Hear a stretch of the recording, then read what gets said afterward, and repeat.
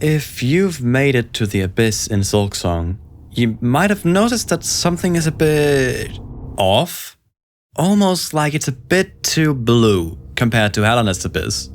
Well, it's not just you. If we go into the post-processing and turn off the color grading of the Abyss, we can see it for what it's supposed to look like. Huh. And believe it or not, but there is one point in the game where we get to see Farloom's Abyss this way.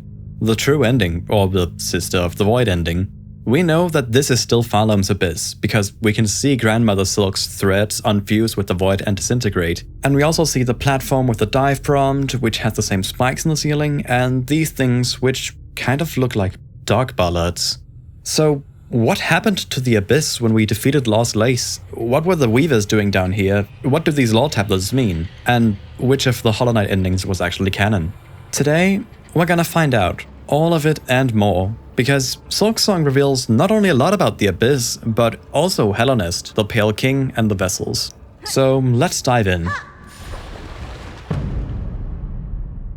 So let's start off with something that we're already familiar with. In Farloom's Abyss, there is a rune scroll which grants Hornet the journal entry for the Void Tendrils. But the dialogue that shows up is a bit different in each Abyss. And from now on, just for convenience, I'll be referring to Hollow Knight's Abyss as just Abyss 1, and Silksong's Abyss as Abyss 2. In Abyss 1, we inspect an imprint of Abyss given form, while in Abyss 2, we inspect a rune scroll depicting Void given form. The most notable change here is that the Void Tendrils have now been nicknamed Void given form, instead of Abyss given form.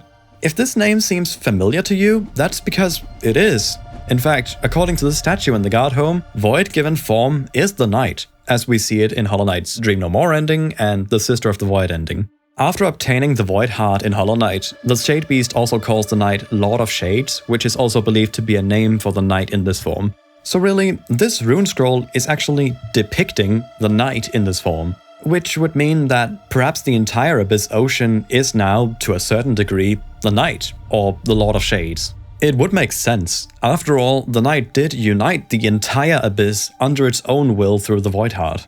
There is one problem though. This doesn't look like the Knight. In fact, it more closely resembles the Tendrils themselves. So why call this Void given form?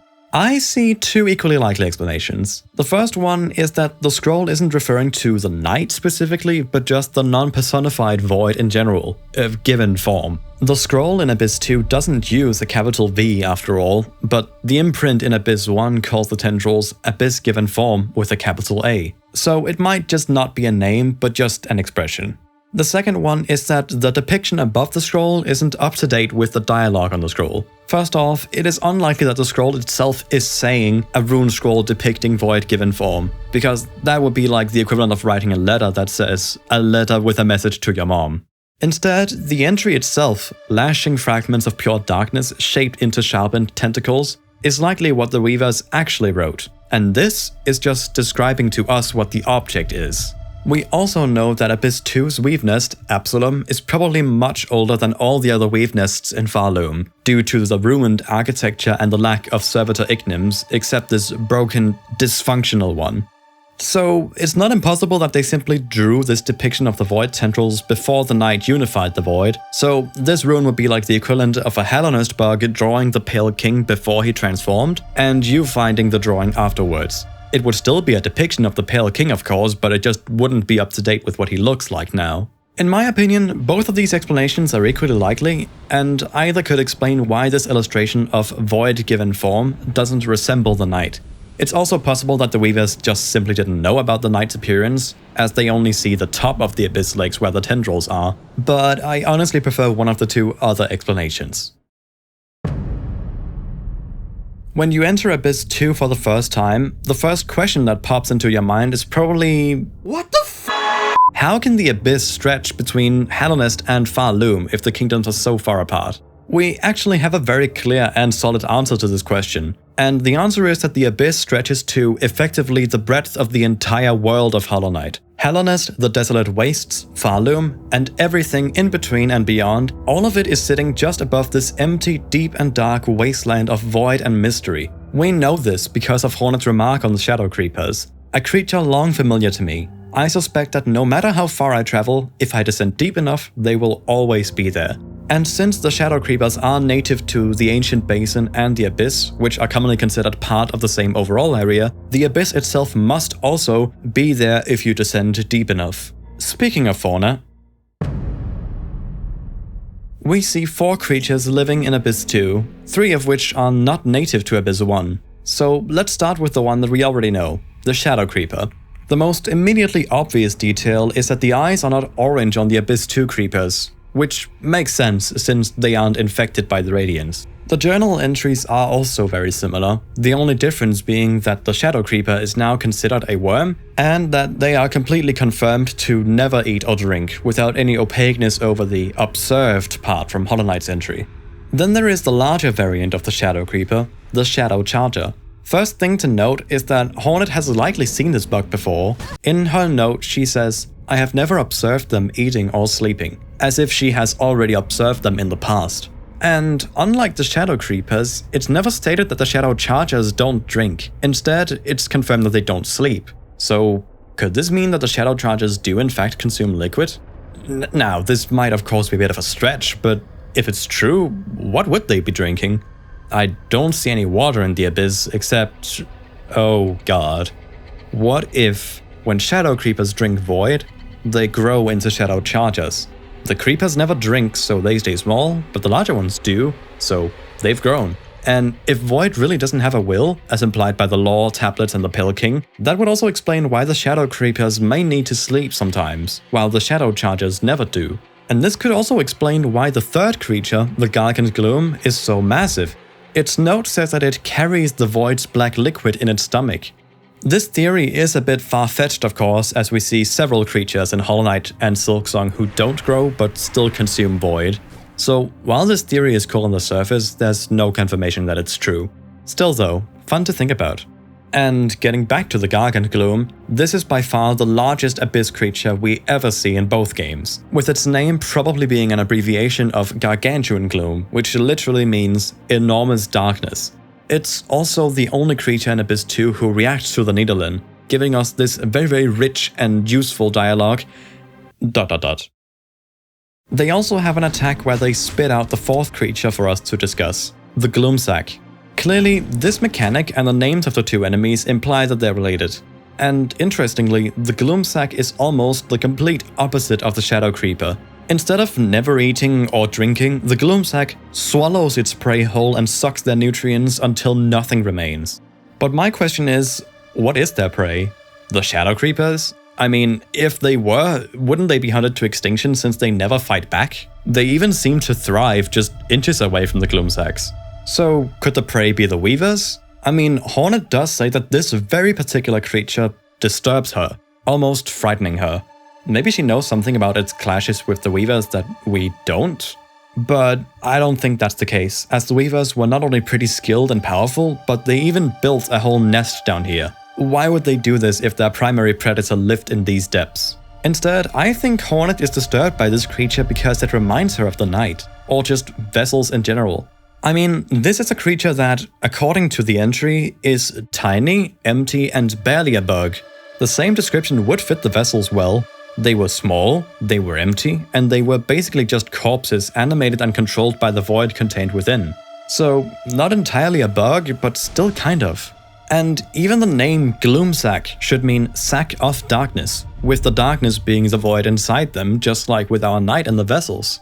To me, the biology of these creatures is just so fascinating to discuss. But then, if the Weavers were free of predators down here, what were they up to?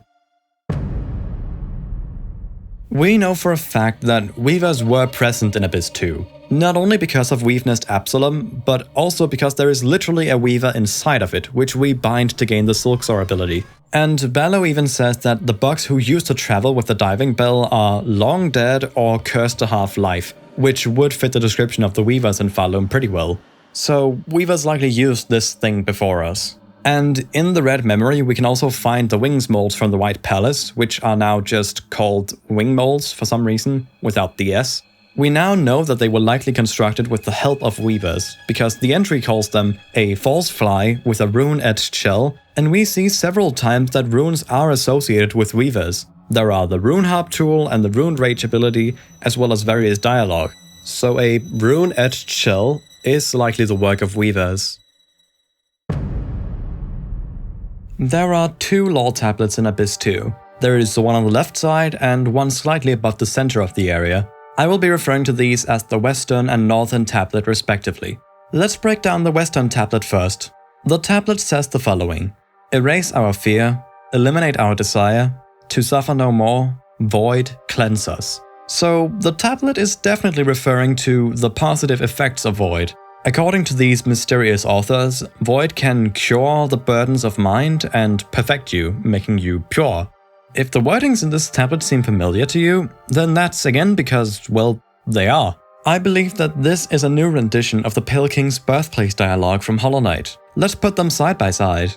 No mind to think would correlate to erase our fear, since fear is an emotion which happens in your brain. No will to break would correlate to eliminate our desire, since desire is what drives you to do something the same way your will does. No voice to cry suffering would correlate to suffer no more, which uses almost the exact same words. And finally, born of God and void would be void cleanse us. At the moment, this doesn't seem to make too much sense, but we actually need to examine the Northern tablet first to fully understand this last line. So let's break down the Northern tablet. In silence your voice, in darkness your form, we higher who see you seeking, our shells yearn for your embrace. The first 2 lines are just describing the basic properties of void. In silence its voice, since it doesn't have a voice, we already knew this from the Pale King. And in darkness its form, since void can only achieve its form in darkness. When void is instead exposed to light, it can't achieve its form, instead calming down and flattening out, as we see in Abyss 1. Then the line, we higher who see you seeking, tells us that whoever wrote these tablets were most likely higher beings or higher bugs in some regard, and that they were observing the behavior of the void.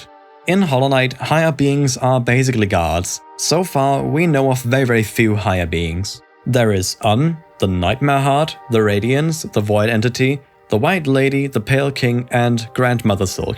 But if whoever wrote these lore tablets really were higher beings, that would explain why the Western lore tablets line, Void Cleanse Us, is a rendition of Born of God and Void. The us in Void Cleanse Us would be God in Born of God and Void.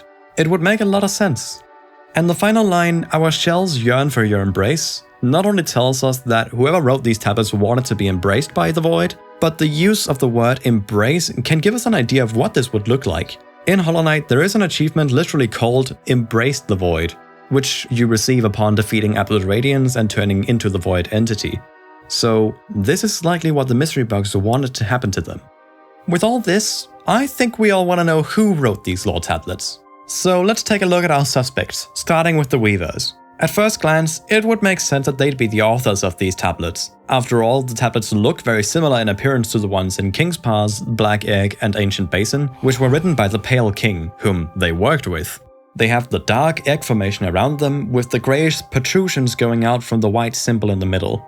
The symbol itself doesn't look like the ones in Hellenist's lore tablets though. These tablets have a more rounded, flowing texture, but that makes sense since this symbol is likely just a trademark of the Pale King, while these symbols are likely just the mark of someone else, which could be the Weavers, explaining why they look so similar, with the symbol itself being the only difference.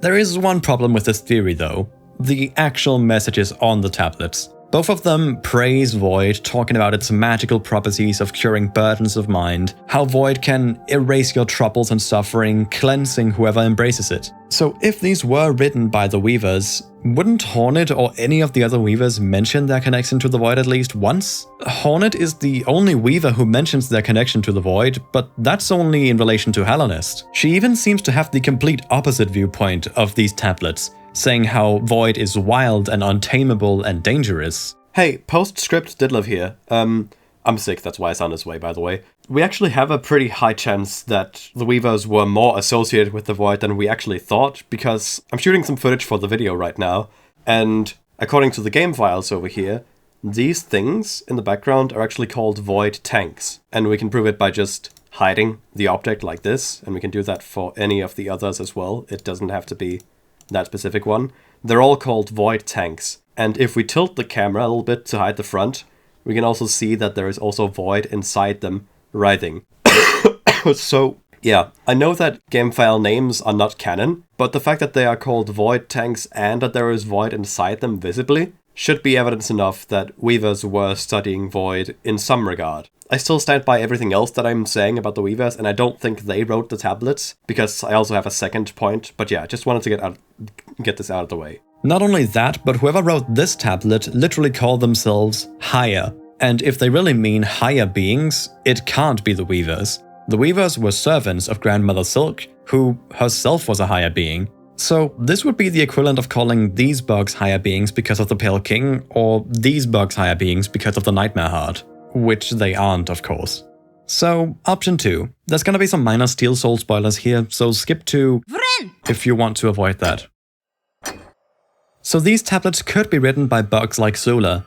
Sula does talk about how they want Void to give them strength and remove the pain of watching their lands wither and decay. The Void boss that they summon is literally called Summoned Savior. It would make sense that they'd write something like this in the lore tablets. But here's the problem with this theory. Bellow says that the people who traveled to Abyss 2 are either long dead or cursed to half-life, which for this theory is just a straight-up lie, because Sula is right here. And also, how would they even know to use the egg formations to write these messages? It just seems too important and too complex for it to simply be written by regular bugs like this. Then there is option 3, and this is the one that I believe in the most. The Ancient Civilization. We've sort of always known that the Ancient Civilization was heavily affiliated with Void. In Hollow Knight, Lem says, inspired or mad, those ancient bugs, they devoted their worship to no lord or power or strength, but to the very darkness itself. And this would explain why they praised the Void so much in the Western and Northern tablet. And while we can't exactly confirm that the members of the Ancient Civilization were higher beings or gods, we also can't deny it, which cannot be said for the Weavers. Hey, postscript, Ditlev here again. I don't know why I missed so much in this part of the video. I just found out that this guy is literally also called Higher Being in the game files. And again, I know that game files are not canon, but like, come on. And if these ancient bugs existed in Abyss 1, chances are that they also existed in Abyss 2, especially given a very special item that we find here. In Abyss 2, you can find one singular Arcane Egg, and this is huge. It basically confirms that the Ancient Civilization have been in this particular biome before, because we already know from Lem that these items were made and written by the ancient bugs. The inventory description and note also tell us that they not only came before Hallownest, but also Farloom. However, we still don't know which of the two kingdoms were established first, or if they were brought about simultaneously. One thing that stands out is that the Arcane Egg is now described as black instead of mysterious. This is probably just because Hornet has seen a lot more Arcane Eggs in her lifetime than the Knight did in its short journey through Hallownest. She's more familiar with them at her older age than the Knight was at its younger age. Selling the Arcane Egg to the Relic Seeker grants us additional info about the egg, which roughly lines up with what Lem tells us, so nothing much to discuss. However, we finally get to see a little bit of the text written within these eggs. This is the first and only time someone actually reads an Arcane Egg. Even if this is only a teeny tiny bit of what is written within, this is still huge progress. So, what does it mean? Well, just as expected, the text in the Arcane Egg follows the same exact format as all the ancient dialogue in Abyss 1. The ... phrase ... phrase ... phrase ... format, as I like to call it. Very catchy, I know. The Arcane Egg says, no will, no self, shade. And this is a bit confusing, cause we see many times in Hollow Knight that shades can have a will. Heck, the journal entry for the siblings literally calls them fragment of a lingering will. And after the Knight obtains the Void Heart, which lets it unify the Void under its will, it is literally nicknamed Lord of Shades. So it's really anyone's guess what the egg is actually trying to say. Personally, I think the egg is just referring to pure shades. The wills that the siblings have was caused by the Pale King's influence after all, and while Shades and Void Tendrils do act certain ways and attack bugs, maybe that's not because they have a will. Maybe Shades and Void Tendrils are sort of like carnivorous plants. They attack bugs, but not because they have a will or consciously choose to do so. It's purely part of their nature, and it just kinda happens. That could be what the Arcane Egg is trying to tell us, but take it with a grain of salt, as we can't really back this up with much further evidence. In fact, Hornet even says that the Void Tendrils choose their form, which basically means the exact opposite of this. So yeah, still up for interpretation. When inspecting the background of the Abyss, we can find a very iconic detail which should immediately remind us of Abyss 1, the giant pillars. We never really understood who or what made these pillars, let alone what their purpose was. I originally thought they were just made by the Pale King, as they look very similar to the Light Tower, which was the Pale King's property. But now I instead think these pillars belong to the ancient civilization. They were a civilization after all. These pillars could be like their equivalent of the spires in the City of Tears, with the rest of the Abyss being like the rest of Hallownest, not overtaken by architecture but still part of the same kingdom. If these pillars belonged to the ancient civilization, that could mean that this pipe on the side of this pillar in Abyss 1 was actually a way to extract and pump up void from the lake below into the pillar itself. Interesting to think about, but there's obviously no way to confirm this, it's only speculation.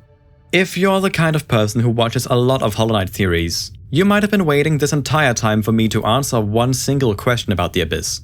If you speed up the ambience in Abyss 2, will it resemble Hornet's theme song, just like it resembles the Knight's theme in Abyss 1? And the answer is... no. But this makes sense. After all, the Abyss and the Night are very closely linked, and the Abyss is literally the birthplace of the Night. In Abyss 2, when you speed up the ambience by 16 times, you still get the Hollow Knight theme.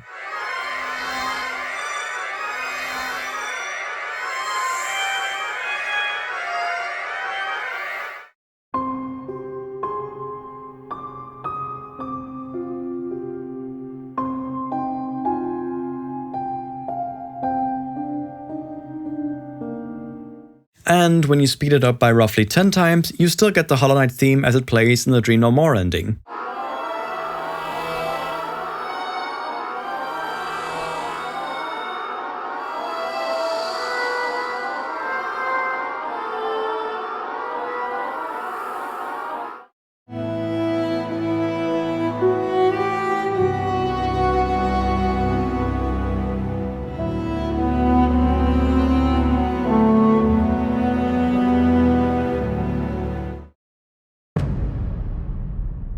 So, with all of these observations, I think we might be able to solve one of Hollow Knight's biggest unsolved mysteries. Where did void come from? And how is there so much of it in this universe? If the ancient civilization did reside in the Abyss, something that doesn't line up is, well, why don't we meet any of them? How did they go extinct? I mean, even in Hallownest, we only see a small handful of corpses from the civilization, most of which aren't even in the Abyss area. If the Abyss was truly their home, why don't we find dozens of bodies all over that place? Well, what if I told you that we do? What if I told you that the Void Tendrils, the Void Oceans, and everything else made of void was once a member of the ancient civilization? It sounds crazy, but just think about it. At the end of Act 2, we see Grandmother Silk, a higher being no less, becoming bound to the void. And this causes the entirety of Farloom to become infested with it. So much that Farloom would have collapsed and crumbled were Hornet to stand by idly and let the chaos unfold. An entire kingdom lost to the void because of one higher being and its child being embraced by it. If all or most members of the ancient civilization were higher beings, just think of how much of the world they would influence were they to fuse with the void this way. And they even say that this was their desire. They say our shells yearn for your embrace and void cleanse us, which, as we concluded earlier, would be their rendition of Born of God and Void. It would answer so many questions about the void. Now, we obviously don't know where the first little bit of void came from and how it started, but this could very well be how it spread to all the corners of the Hollow Knight world. Something we've been wondering for a long time is also, how exactly did the Pale King die? Before Silksong came out, Mossbag made a video discussing this exact topic, which I highly recommend checking out if you want more context. In his video, he provided us with the following possibilities for how the Pale King died. I won't go over the evidence here, but this is just a summary. He withered away with old age. Counter-argument is that this doesn't explain why there's void in his throne room or why there are dead king's molds outside it. the void in the king's molds escaped and killed him. Counter-argument is that he would have to be an idiot to make something that could so easily kill him without his royal retainers even noticing or being able to do anything about it. The void in the abyss called for the lighthouse to be turned off, then moved up through the ground into the White Palace and killed the Pale King this way. Counter-argument is that there is literally a seal over the entrance which can only be broken by the Awoken Dreamnail, and even if Void could enter the White Palace, why would it appear in his throne room specifically? And this also doesn't explain why there are dead king's molds outside it. The egg next to the Pale King has Void inside it, which is what killed him. Counter-argument again here is that he would have to be an idiot, and this also doesn't explain the dead king's molds outside the throne room. He sacrificed himself to create the King's Soul charm. Counter-argument is that the charm resembles a union between higher beings, not the Pale King's final wish, so it's unlikely that he died to create it. He transformed into a new being, just like he did before. Counter-argument is that his final dialogue is literally no cost too great, which would just lose all of its meaning if this was the case.